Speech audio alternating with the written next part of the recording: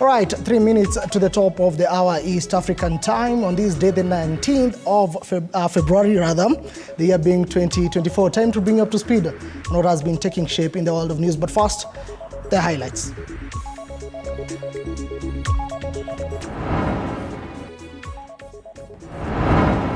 President William Ruto has met Kenya Kwanza leaders in a retreat in Naivasha to assess government progress in serving Kenyans. We will need to collectively, and I like what Ishunga said, there is no other government in parliament. Bar owners in Kirinyaga have pleaded with the government to allow them operate with a promise to adhere to regulatory guidelines. Sisi hakuna mahali tunaunga mkono wenye wanapika pombe mbaya. Mambo ya pombe mbaya tulikataa. Na sisi kama association ya Kirinyaga Bar Owners Association tulisema hatutaki pombe mbaya. Farmers have been urged to increase their production by embracing value addition to realize better profits. Vast and tapped opportunities, innovative solutions, and sustainable practices that can revolutionize African agriculture. Once again, welcome to the broadcast. My name is Moige William. This is TV47 News Now.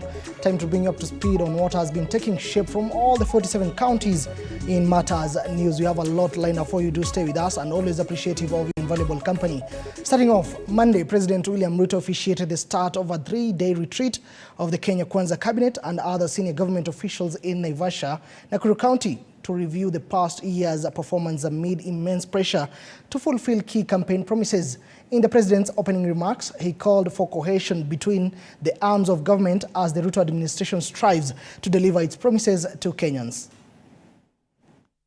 To the people, and the people gave us the mandate against a very difficult political terrain. We must not let them down. We must stay focused and deliver on this commitment. Let me just tell you a couple of things, because this meeting is a meeting that is a continuation of the PG we had.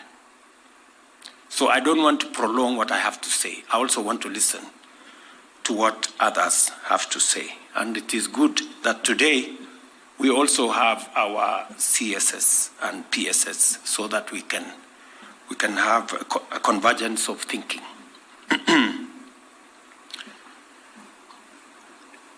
We will need to collectively, and I like what Ishunga said, there is no other government in parliament. It is our members of parliament. You are the government. So don't stop pointing at some government. There is no other government. You are the government. Yes, you are the government. So don't imagine that there is another government, I don't know where. We all went to the elections. We campaigned on the same podium. You heard me talk about housing. You heard me talk about universal health coverage. When it comes to implementation, sasa watu wanaanza sijui sasa unajua hii kitu imekaa sijui namna gani. Sasa mlikuwa mnafikiri hii kitu itafanyika namna gani? This is how it's going to happen. When the rubber meets the road, don't start kusema ilikuwa ikaenda ikarudi, hapana. We stay the course. All right, that is still a developing story that we are closely keeping tabs on what is taking place in Naivasha, and we'll bring you more details in our subsequent bulletins, so do keep it TV47. To other news, agriculture experts have said that revenue from agricultural sector could be boosted by $200 million when and if farmers focus on value addition of produce before exportation. Agri-Country President John Macharia says with a steadily growing population, food producers must embrace agro-technology to enhance production for self-sustenance. This as the Ministry of Agriculture and the Livestock focuses on the tea sector to push for value addition from the current 1% to 5% through common user facilities and private-public partnership-led initiatives. encapsulates the focus on exploring the vast untapped opportunities, innovative solutions, and sustainable practices that can revolutionize agricultural sector and connecting Africa to the global agribusiness. Indeed, this focus is aligned to the government priority with a specific focus on food and nutrition security, manufacturing, and specifically the agro-processing and MSMEs for various enterprises where the government intends to generate over $200 million annually in value addition. This add more pressure in an environment that is already producing less than is needed. We therefore need to help farmers and agriculture stakeholders to build resilience to climate change issues. Away from that, due to historical communal differences in some parts of West Pokot County, the county government has launched a football tournament to bring together communities in order to coexist. Residents from Kapushen and Kamologon vowed to stay at peace with one another so as to end banditry, which is dominant in the region. Addressing the press after the tournament, Tapach Member of County Assembly Samuel Koriyang said that for the first time the area has not reported any case of banditry. The tournament involved 9 teams where Kale FC won the match and were awarded 20,000 Kenya shillings. Hii ward tuko na shida ya insecurity upande wa Kamele. Na unaona timu ya Kamele ndio imefika finali. So vijana wa Kamele wale sana sana iko shida ya insecurity, tunajaribu kuleta hawa wasahau hiyo mambo ya insecurity, na hata wakati wanacheza huko Kamele huwa wanacheza na Kabieko upande wa Elgeyo Marakwet, na hata saa hii ile timu ya Kamele iko na wachezaji kutoka upande wa Marakwet. Na hiyo ni kuhusiana na mambo ya amani, kuhusisha vijana katika michezo ili wasahau mambo ya vita. Kubwa ya finali hii ni kwamba kama county tunatumia hii fursa kuweza kukuza talanta zile za vijana wetu. Nimekuja kwa minajili ya kufanya ile registration ya ordinary membership ya Athletics Kenya. Sema katika michezo wale pia wanaweza kuja huku, na pia sisi tutaenda pale tutacheza pamoja ili tuimize maneno ya insecurity na tupunguze maneno ya kupigania border. Now, let us shift to a story that has been making headlines for the better part of last week, and that is in Kirinyaga, whereby Bar Owners Association in that particular county are pleading with the county government of Kirinyaga to allow them open their businesses. Faith Irongo, a bar owner, says that they are ready to cooperate with both the county and the national government by rather getting rid with substandard illicit brews that have been making rounds in those particular areas and better the area by selling better and quality alcoholic drinks. To issue this statement in relation to the recent unfortunate occurrences where several people either died or mimicked by illicit contaminated brew as here other. 1.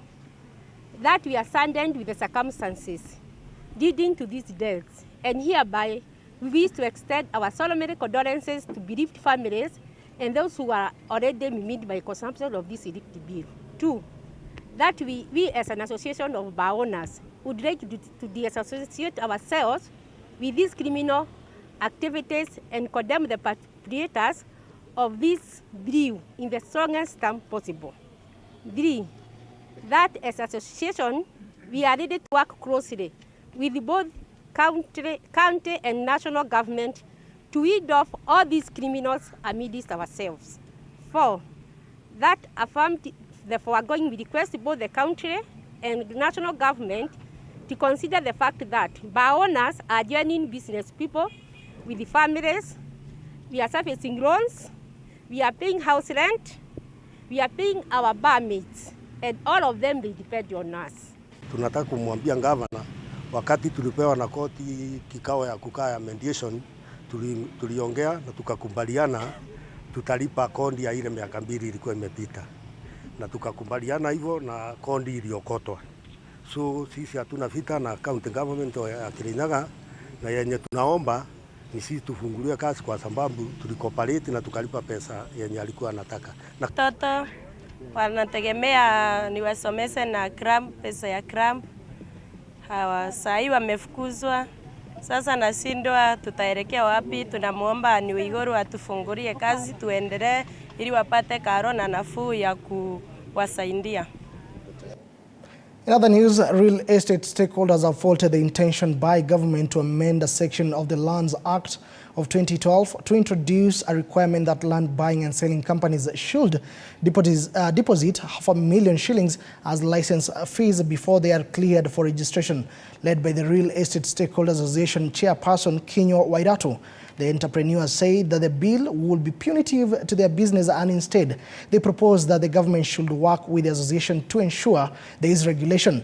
Last week, Parliament, through the Budget and Appropriation Committee, approved the publication of the bill that was sponsored by Kirinyaga Central Member of Parliament, Gashoki Getari. The MPs who are bringing the bill, we are not running away from regulation, because what we want is a regulation that will favor our clients, that will favor our members, because we are the stakeholders in the real estate. So anything concerning land, we are supposed to be consulted. Real estate companies came together last year to form an association of real estate stakeholders. And that is a great item, a great step in the industry. Because initially we were all on our own, and when we came together, since last year, I can confidently say no company has been reported to have stolen money from Kenyans in the real estate sector. The Association of Real Estate Stakeholders, we are looking forward to restore confidence in investments.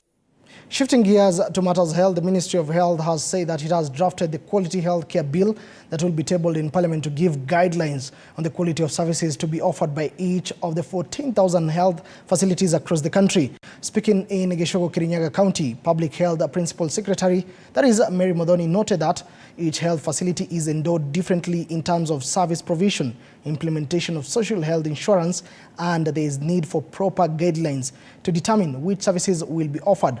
The Principal Secretary said that the government will take a survey to obtain the families unable to pay for the social health insurance, which will be paid for by the government.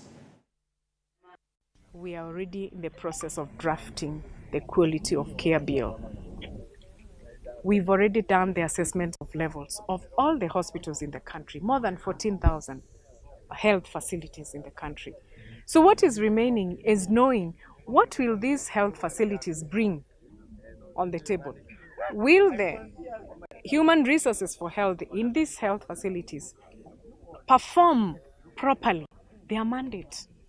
Do we have the right equipment and modern ones to give the quality that we deserve?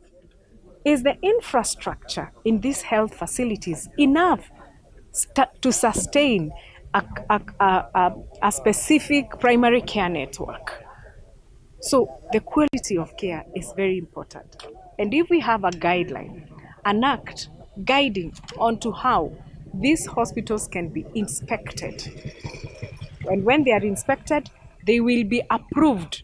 And those are the health facilities that will be used at the social health insurance. By 1st of March, we are sure that, God willing, we will be able to start the registration process of the social health insurance.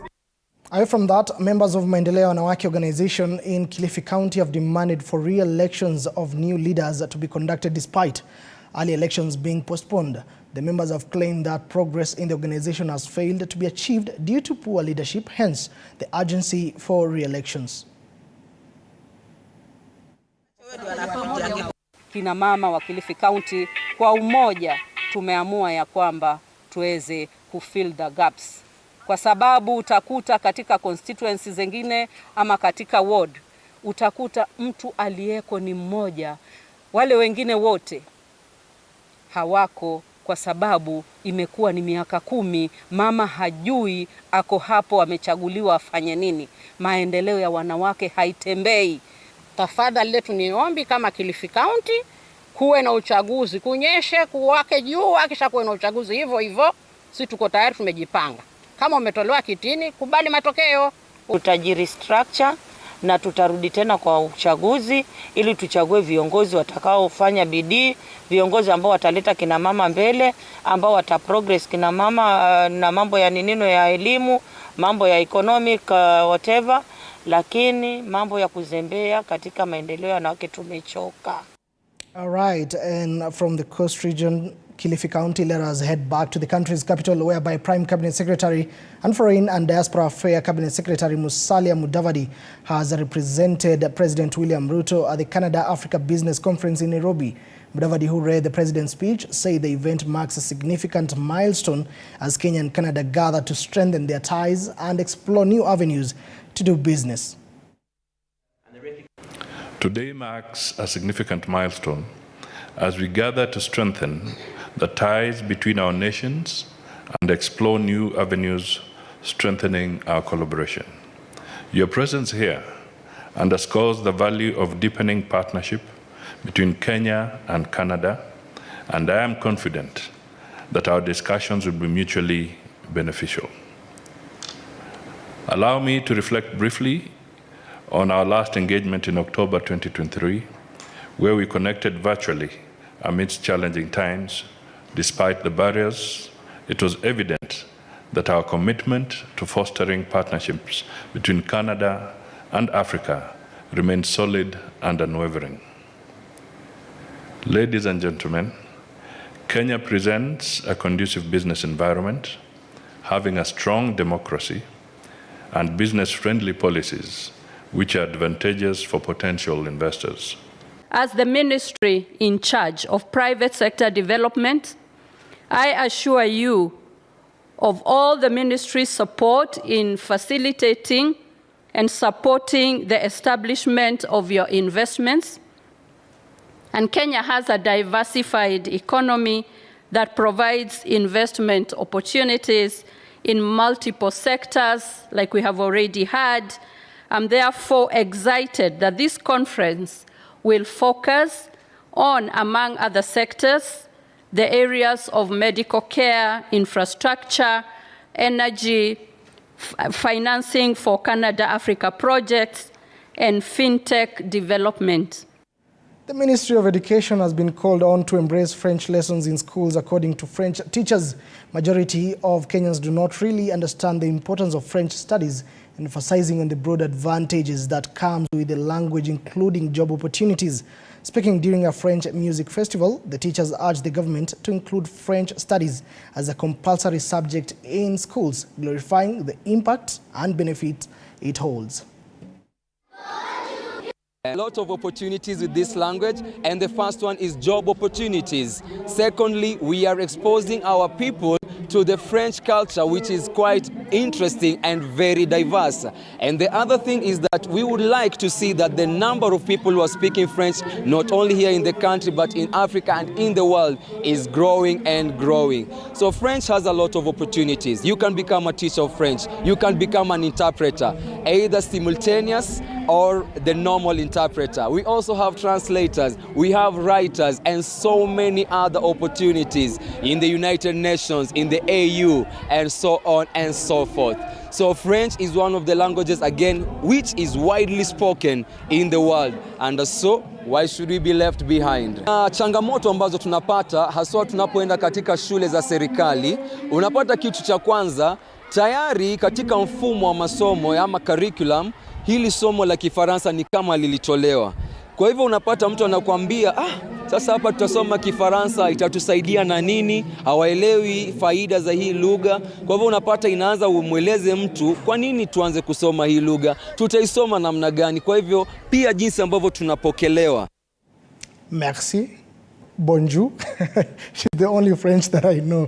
All right. Elsewhere, a social organization called Muslim Women Advancement of Rights and Protection has set up a project in order to sensitize residents on the importance of the public following up on the various government projects in Kwale County. Speaking in a meeting with the residents of Kinondo, a member of the organization, Mwalimu Ali, said that the ongoing projects will ensure there is openness in the implementation of projects in Kwale so that residents are aware of the estimated budget for the projects. Kinondo Ward representative in Msambweni constituency, Juma Maone, said public education will ensure proper utilization of public resources. Upande wa social services tumetenga pesa ya kufanya civic education, kwa sababu kuna mambo mengi watu wetu hawaja kuwa na uzoefu nao pia. Kwa hiyo tumetenga pesa, tunaweka pesa kwenye bajeti kuna kwamba kuwe na civic education kuzunguka kupitia kwa watu wetu wa huduma ya jamii, watu wetu waweze kuelimishwa, kujua majukumu, kujua serikali inafanya nini, ili wawe wanaenda na wakati. Pia kama tunafanya hili, wao wanatarajia mambo mengi, kwa sababu wakati mwingine tunapewa majukumu hata si ya MCA. Jamii ama wananchi huwa wanahudhuria public participation, wanakwenda katika mfumo tu wa kuweza kupendekeza miradi, na baada ya hapo huwa hawana la ziada. So leo